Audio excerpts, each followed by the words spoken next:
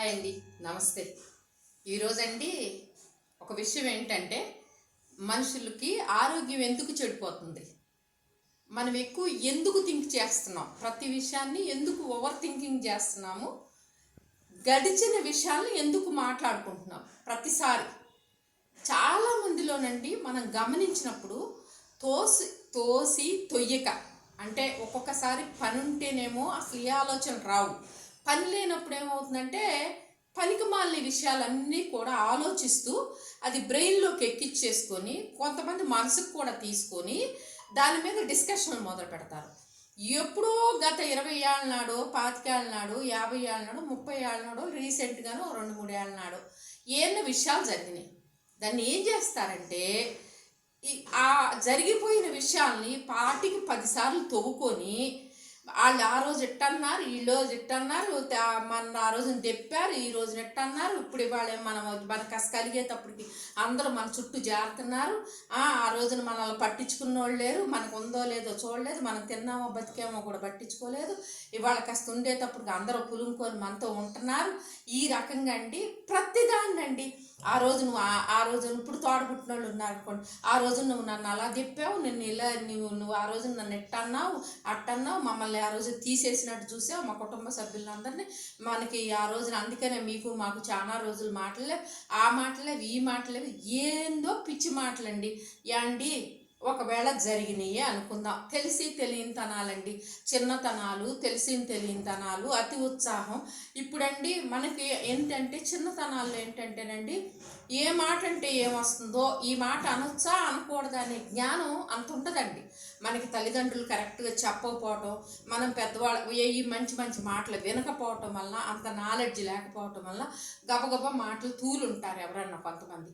ఆ తూలిన మాటలు కొంత వాళ్ళ అనుభవపూర్వకంగా తెలుసుకున్న తర్వాత ఆ తర్వాత అయ్యో మనం ఆ రోజున అన్నామే, అది అలా అనకుండా ఉంటే బాగుంటుంది, ఇలా చేయకుండా ఉంటే బాగుంటుంది అని రియలైజ్ అయ్యారనుకోండి, రియలైజ్ అయిన మనిషిని రియలైజ్ అయినట్టు వదిలేయండి. మళ్ళీ నువ్వు ఎప్పుడన్నా కలిసినప్పుడు ఆ రోజున అంతే, ఈ రోజు ఎట్ట అన్నావు, ఆ రోజు ఎట్ట అన్నావు, ఆ రోజు మమ్మల్ని బాధ పెట్టావు, ఏడిపించావు, మమ్మల్ని ఎట్ట. యాండి మనుషులమండి, బేసిక్ మనుషులు ముందు ఫస్ట్ మనం. ఆ మనుషులకండి మనస్తత్వం ఏంటంటే, ఎప్పుడైనా అండి చిన్నప్పటి నుంచే తల్లిదండ్రులు మనకు నూరు పోసారు, అమ్మ ఒకళ్ళని నొప్పించకూడదు, ఒకళ్ళని అనకూడదు అనే విషయం చెప్పినప్పుడు అది మనం బుర్రలో పెట్టుకొని అనమండి. కానీ అలా జరగదు. మనం ఏం చేస్తామంటే మనకు చెప్పేవాళ్ళు లేక ఏదన్నా ఎవరన్నా తెప్పుకుంటున్నా, ఎవరన్నా ఓహో ఇట్లా అనొచ్చు కావాలి, వీళ్ళన్న బాధ పెట్టొచ్చు కావాలి, అసలు బాధ పెడుతున్నాం అనేది కూడా వీళ్ళకి తెలియదండి. కాకపోతే తెలియకుండా బాధ పెడతారు వీళ్ళు, తెలిసి తెలియని మిడిమిడి జ్ఞానంతో చేస్తుంటారండి. కొంతకాలం తర్వాత అయ్యో ఈ పిచ్చి పని ఎందుకు చేశారు, ఎవరైనా ఈ పిచ్చి పని చేయకుండా ఉండాల్సిన పని కదా, అనవసరంగా ఏంటి వాళ్ళు దెప్పితే ఏమొస్తుంది దేని. ఎవరైనా అండి కొంచెం గుర్తుపెట్టుకోండి, ఎవరైనా సరే జరిగిపోయిన విషయాలను తవ్వుకోకూడదండి ఎవరు కూడా. ఎందుకు అంటే అది తిరిగి రాని జ్ఞాపకాలు, తిరిగి రాని చేదు జ్ఞాపకాలు, మంచి జ్ఞాపకాలు ఏదన్నా కానీ తిరిగి అయితే రాదండి.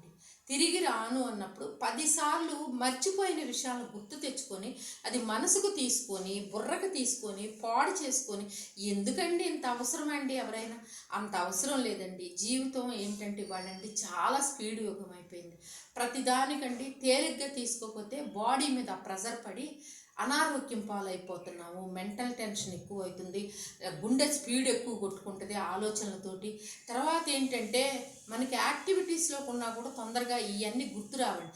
పని పాట లేకపోతే ఏమవుతుందంటే మన బ్రెయిన్ ఒక డెవిల్ అండి, అంటే అన్ని చండాలపి అన్నీ చేరుతూ ఉంటాయి. దాన్ని అవాయిడ్ చేయాలంటే మనం పని కల్పించుకోవాలండి, పని చేయాలి, లేదా ఏదో ఒక కార్యక్రమాల్లో మనం వెళ్తూ ఉండాలి. అప్పుడే మనుషులుగా మనం మనుగడ సాగిస్తాం.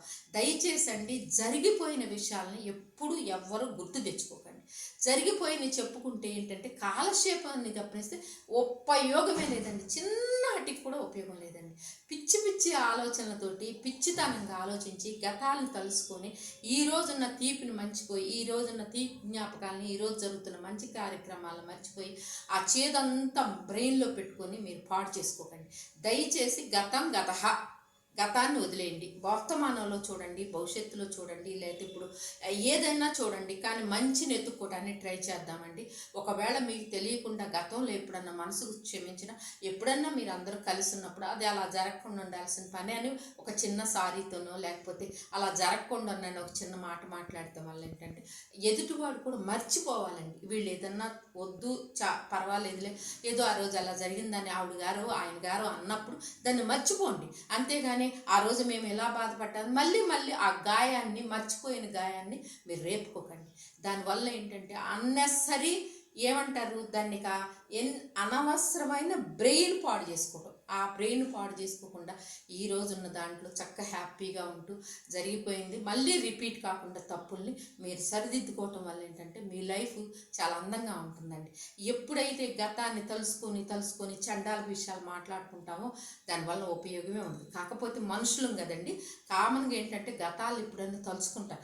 అది ఎట్లా తలుసుకోవాలంటే చాలా క్యాజువల్గా మాట్లాడుకోవాలి, కానీ దాన్నే మనసులో పెట్టుకొని మనసు పాటు చేసుకోకండి. దానివల్ల ఏంటంటే బాడీ మీద పడిపోయండి రోగాలు పాలవుతాయి. కాబట్టి ఈ చిన్న గత విషయాలను ఎప్పుడు కూడా తవ్వుకోకండి.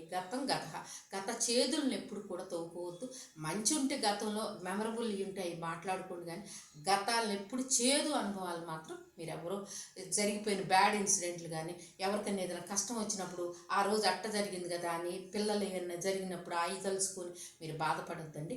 అందరం కూడా గతం మర్చిపోయి వర్తమానంలో కానీ భవిష్యత్తులో కానీ ఏదైనా సరే మంచి కార్యక్రమాలు చేసుకొని అవి మర్చిపోతూ మనం ఏదైనా మంచి గుడ్ ఆలోచించే మనస్తత్వాన్ని కనుక ఆలోచించుకుంటే మన బాడీ చాలా రిలాక్స్డ్గా ఉంటుందండి. ఈ చిన్న వీడియో మీకు నచ్చితే కనుక షేర్ చేయండి, లైక్ చేయండి, కామెంట్ చేయండి, ఎస్పెషల్లీ సబ్స్క్రైబ్ చేసుకోండి. కామెంట్ చేసేటప్పుడు ఏంటంటే వ్యక్తిగతంగా పెడుతున్నారండి, అలా కాదు. మీరు ఖచ్చితంగా యాడ్ కామెంట్లోనే రాయండి. దానివల్ల మంచి ఉంటే 10 మంది వింటారు, మంచి ఉంటే 10 మంది చూస్తారండి. థ్యాంక్ యూ అండి. మరొక మంచి వీడియోతో మేము వస్తాం.